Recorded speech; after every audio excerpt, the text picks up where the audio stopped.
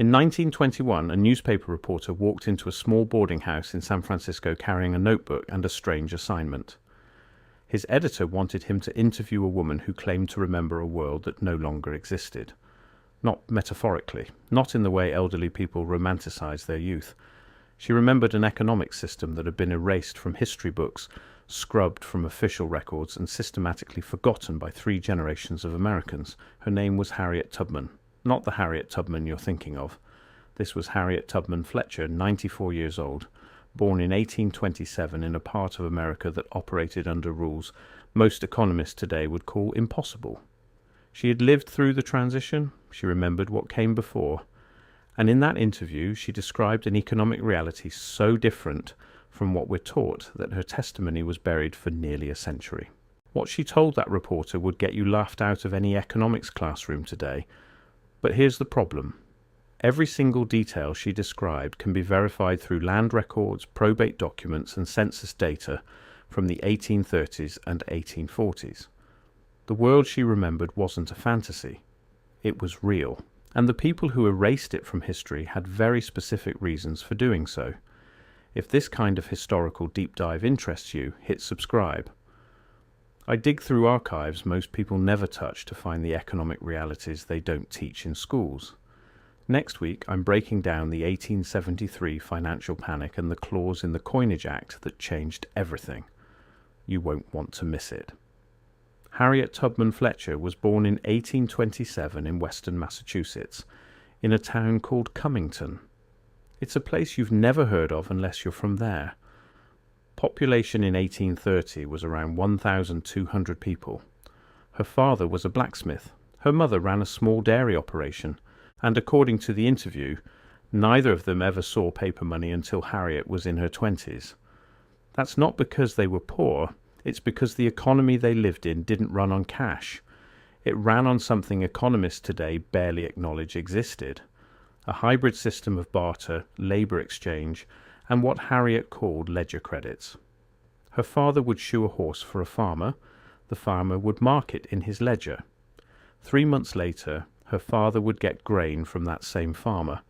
No money changed hands, no interest accrued. The ledger balanced itself over time through reciprocal exchange. This wasn't unusual. This was normal.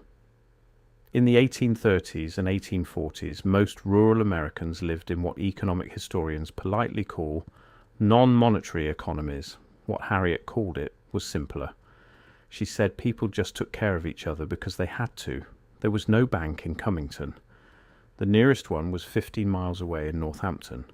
And according to Harriet, nobody she knew ever went there. Her father owned his blacksmith shop outright, no mortgage. He built it himself with timber from a neighbour's land. That neighbour had used her father's labour to clear a field the year before. Again, no cash, no contract, just reciprocal obligation that everyone understood and honoured because their survival depended on it. When Harriet was 12, her father got sick. Pneumonia. He couldn't work for 2 months. In a cash economy, that would have been devastating. In the economy Harriet described, it barely registered. Neighbours brought food. Another blacksmith handled urgent jobs and split the ledger credits with her father. Her mother's dairy customers kept buying milk on credit, knowing they'd settle up when things stabilized. No one foreclosed. No one demanded payment. The system flexed because it was designed by necessity to absorb shocks. What's remarkable about this is how it inverts everything we're taught about economic efficiency. Modern economics tells us that self-interest drives optimal outcomes, but Harriet's childhood economy operated on mutual obligation.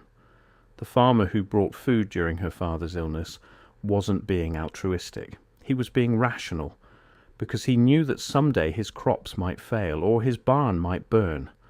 And when that happened, he'd need the same support. This wasn't charity, it was insurance. But instead of paying premiums to a corporation, you paid through ongoing reciprocal relationships. No paperwork, no profit extraction, just mutual dependence that made everyone more secure. Harriet said she didn't even realize how unusual this was until much later. To her, this was just how the world worked. You helped people when they needed it, because someday you'd need help too. Debt wasn't a financial instrument. It was a social relationship, and relationships, she said, don't charge interest. The first time Harriet saw the new system arrive was in 1844. She was 17. A man from Boston showed up in Cummington with a leather satchel and a proposal. He wanted to buy timber rights from local farmers, not barter for them. Buy them, with cash, up front. Harriet said the farmers didn't know what to make of it. They'd been trading timber through ledger credits for generations. Why would they need cash for something they could just exchange directly? But the man from Boston was persuasive. He explained that cash was universal. You could take it anywhere. You weren't locked into reciprocal relationships with your neighbors. You were free. 3 farmers sold. They got $200 each. That was more cash than most families in Cummington saw in 5 years. And for about 6 months, those families looked like geniuses. They bought things they couldn't get locally. New tools from Springfield, cloth from New York, luxuries that made their neighbors jealous. Then the timber was gone. The $200 was spent, and the relationships that had sustained those families started to fracture.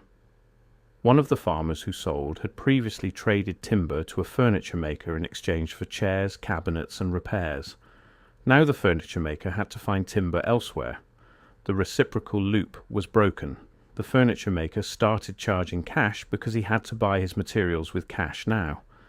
The whole local economy began shifting. What happened next was textbook economic colonization, though nobody called it that at the time. The timber merchant came back. He'd made a fortune selling the Cummington timber in Boston. Now he wanted to buy more, but the farmers who hadn't sold the first time were wary. They'd seen what happened to their neighbors. The cash was gone, but the timber was gone too. No more future trades, no more long-term relationships, just a one-time transaction that left them worse off. So the merchant adapted his strategy. He offered to buy not just the timber but the land, outright purchase, cash payment, enough money to move to the city and start fresh. To some families, especially those struggling to keep up with the new cash economy, this seemed like salvation. They sold. Within 5 years, the merchant owned 600 acres around Cummington. He didn't live there. He didn't farm it. He hired workers to clear the timber and ship it to Boston. Those workers were paid wages, cash wages, daily rates, no ledger credits, no reciprocal obligations, just labor sold by the hour. And this is where Harriet saw the trap snap shut. The families who had sold their land and moved to cities like Springfield or Boston found that their cash didn't last as long as they expected.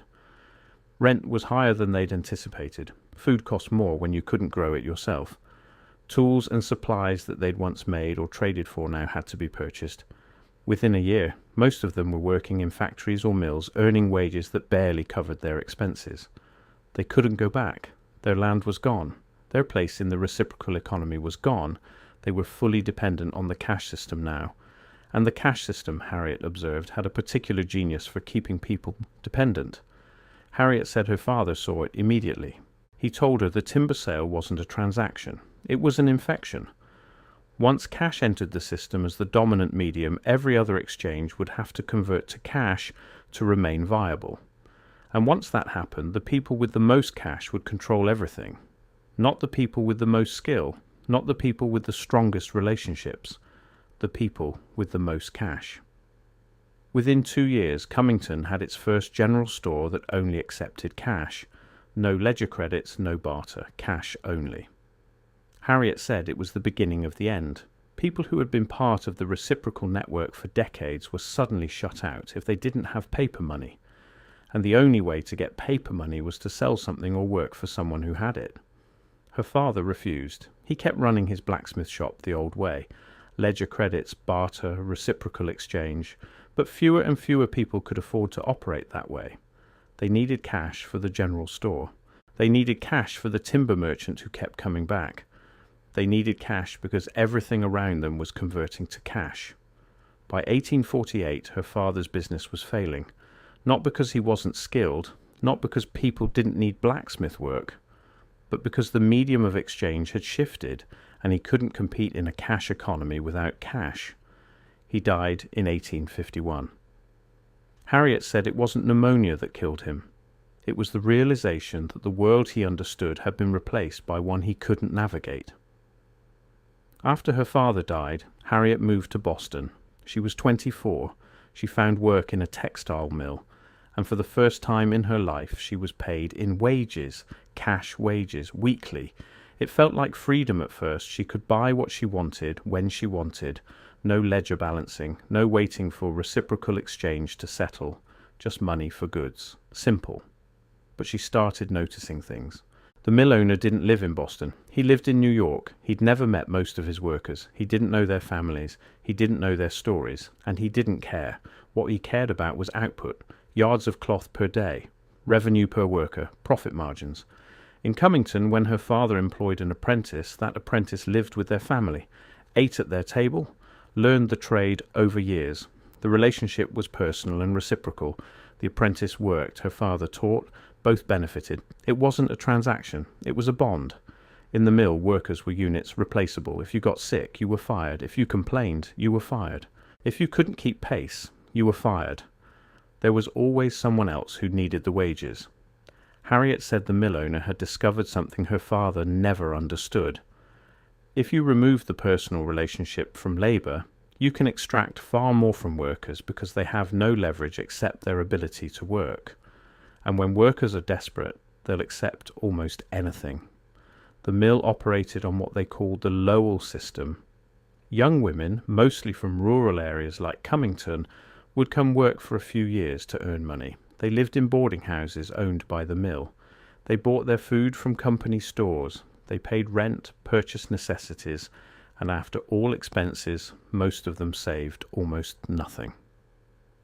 Harriet watched the arithmetic play out dozens of times. A girl would arrive with dreams of earning enough to help her family or start her own life. She'd make $2.50 a week. Boarding house rent was $1.25. Food and necessities took another $1. That left 25 cents. In a year, if she never got sick, never bought anything extra, never sent money home, she might save $13. But she always got sick, or the mill would cut wages when orders slowed, or the boarding house would raise rent, or something would break and need replacing. The savings never accumulated the way the girls imagined they would. After 2 or 3 years, most would leave with less than $50, exhausted and disillusioned. The mill owner, meanwhile, was clearing $40,000 a year in profit. Harriet did the math in her head. The combined wages of all 200 workers in the mill was around $26,000 annually. The owner's profit alone was more than the total compensation of his entire workforce.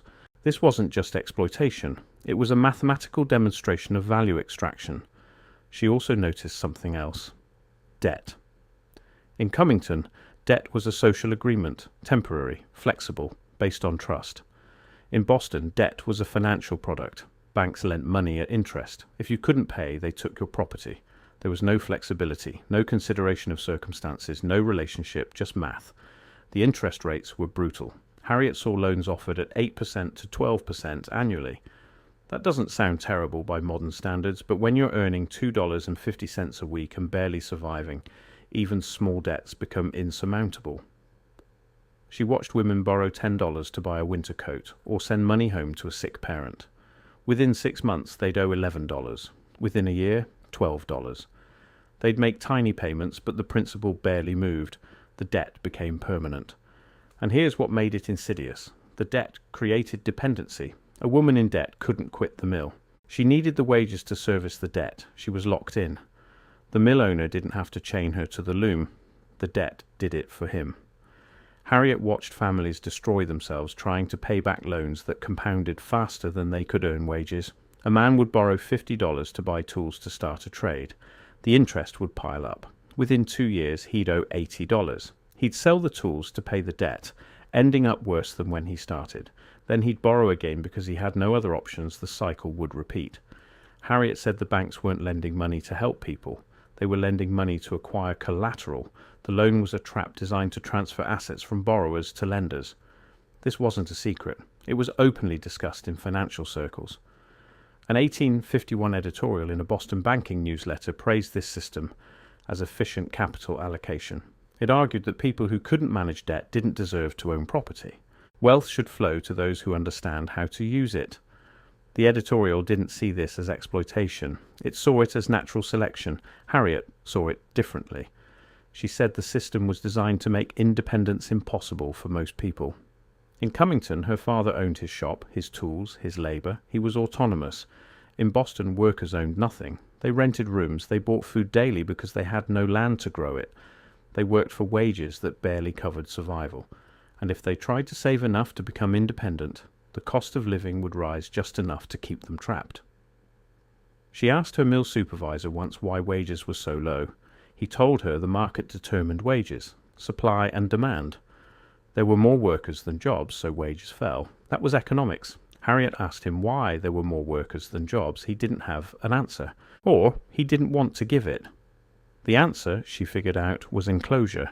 Farmers in places like Cummington were being pushed off their land, not by force but by economic pressure.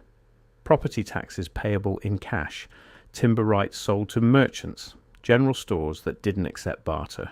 The entire structure of rural life was being converted into a system that required cash to survive, and the only way to get cash was to leave and work for wages.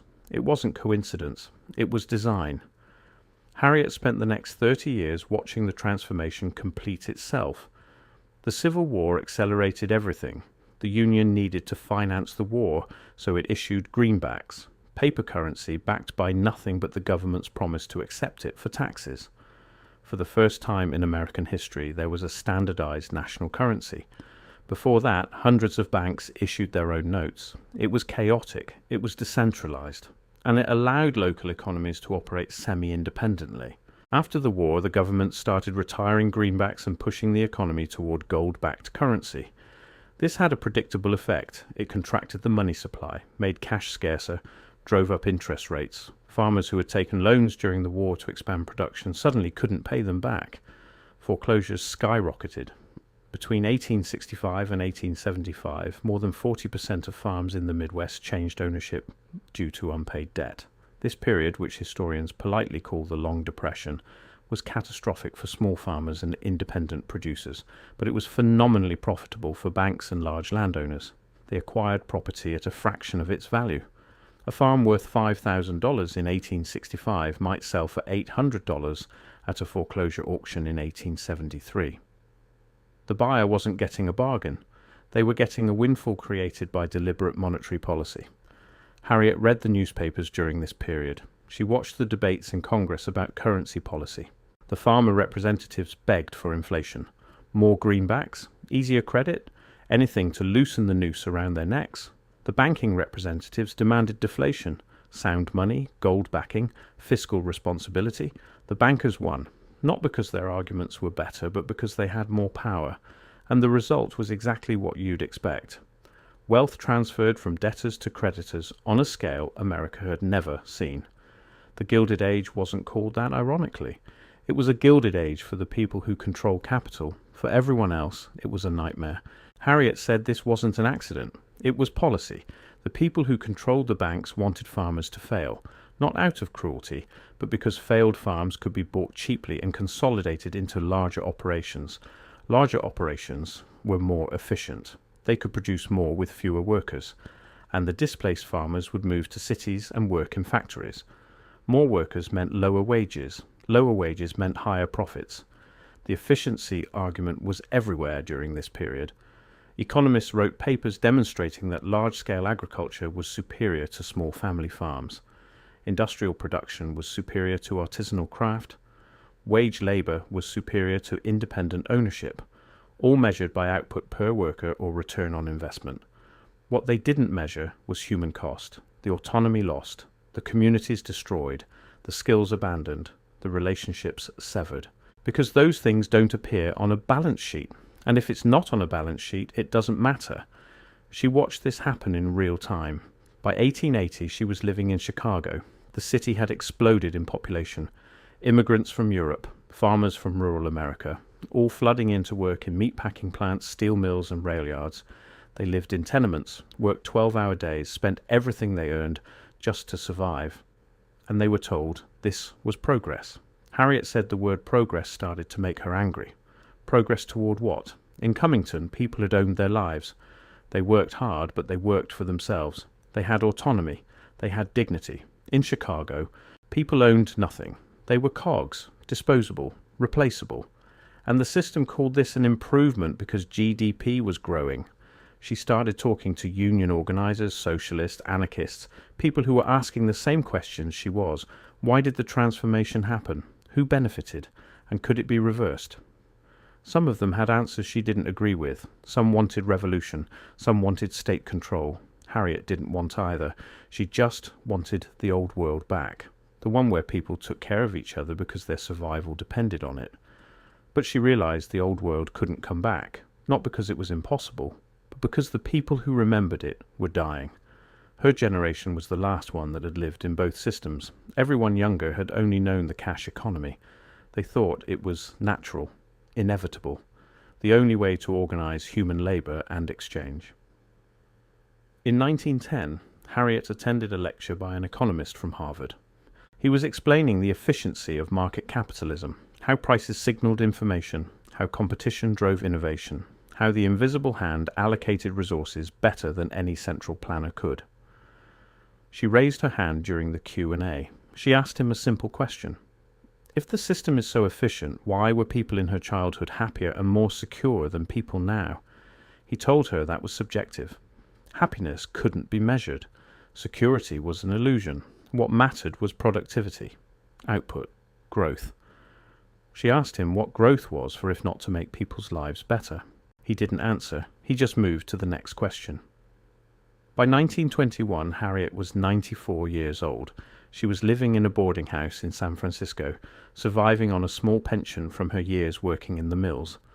A reporter named Edward McAllister was writing a series on elderly Americans and their memories of the 19th century. He'd heard about Harriet from a union organizer who said she had stories most people wouldn't believe. McAllister showed up with a notebook and low expectations. He thought he'd get some charming anecdotes about horse-drawn carriages and oil lamps. What he got instead was a 2-hour economic history lecture that challenged everything he thought he knew. Harriet told him about Cummington, about the ledger credit system, about her father's blacksmith shop, about the timber sale in 1844, about watching the cash economy swallow the reciprocal economy piece by piece until nothing was left. She described it in detail. Names, dates, specific transactions. McAllister wrote it all down, but he didn't believe most of it. He went back to his editor and said the woman was confused, misremembering, maybe senile. Her description of a non-monetary economy in 1840s Massachusetts didn't match anything he'd learned in school. The editor told him to verify it, so McAllister spent the next 3 months in archives. He found land records from Cummington showing that most property transactions in the 1830s and 1840s involved no cash payments. Instead, they recorded exchanges of labour, goods, or ledger credits.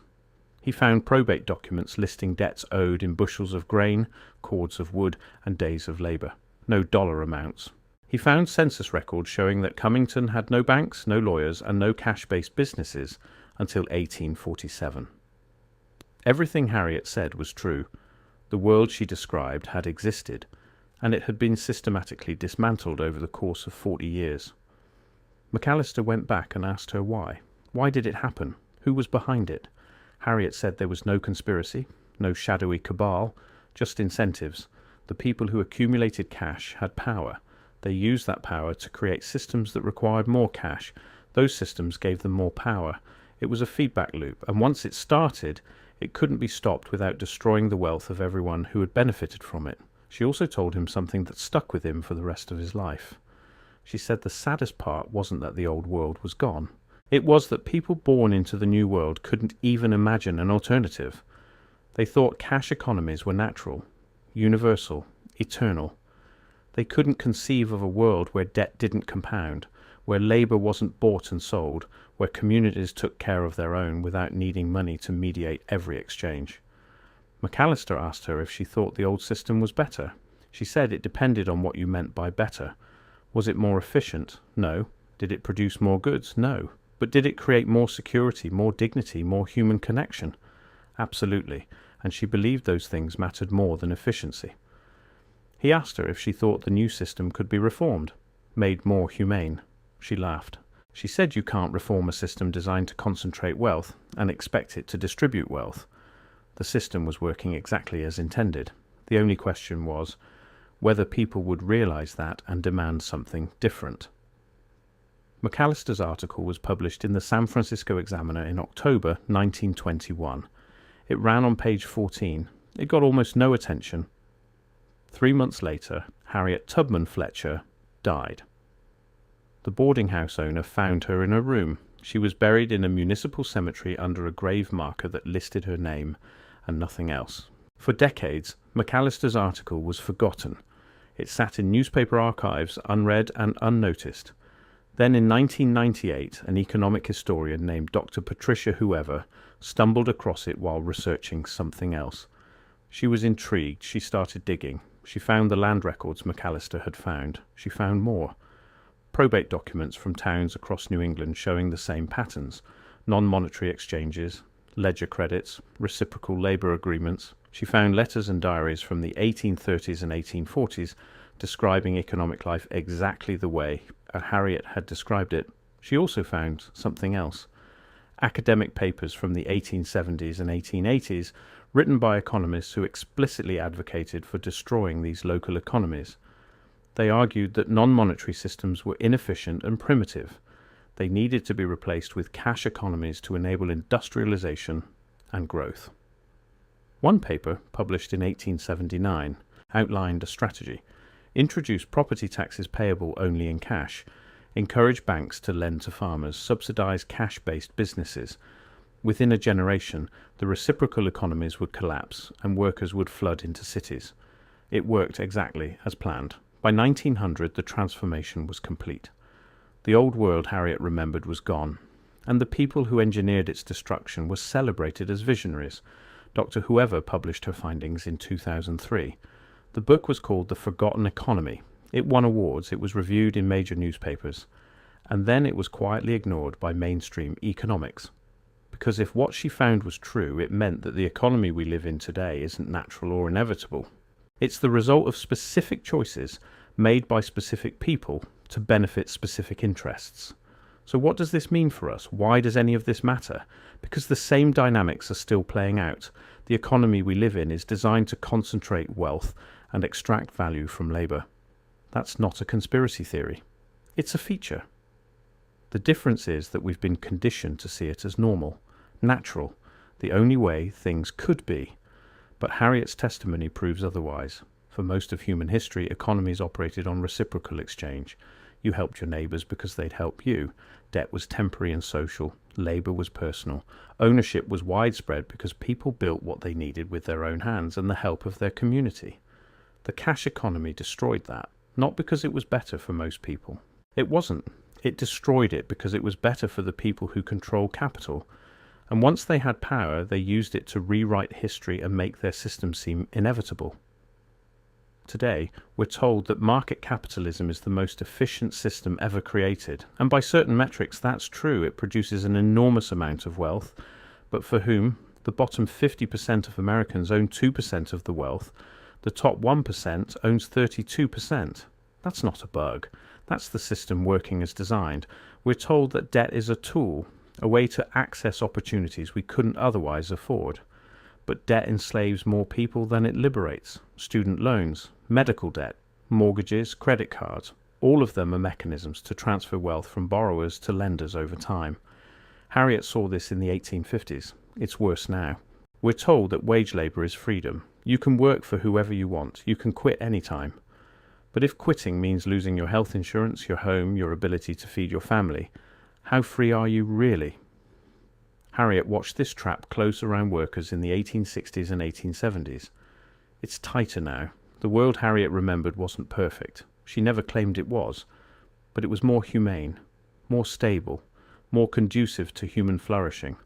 And it was destroyed deliberately by people who benefited from its destruction. In one of the last things Harriet told McAllister, she said something that's haunted me since I found this story. She said the tragedy wasn't that the old world was destroyed. Worlds change. Systems evolve. The tragedy was that the people who destroyed it convinced everyone that no alternative had ever existed. They didn't just take the old world. They took the memory of it. They took the ability to imagine something different. And that, she said, was the greatest theft of all. Because if you can't imagine an alternative, you can't build one. You're stuck in the world they created, playing by the rules they wrote, accepting the outcomes they designed. Harriet's testimony is a crack in that wall. It's proof that the system we live in isn't natural, it's constructed. And if it was constructed, it can be deconstructed, it can be replaced. Not with something perfect, but with something more just, more humane, more aligned with the way humans actually thrive when they're not being optimized for profit extraction. She died in 1921, but her words survived, and as long as they survive, the possibility of something different survives with them.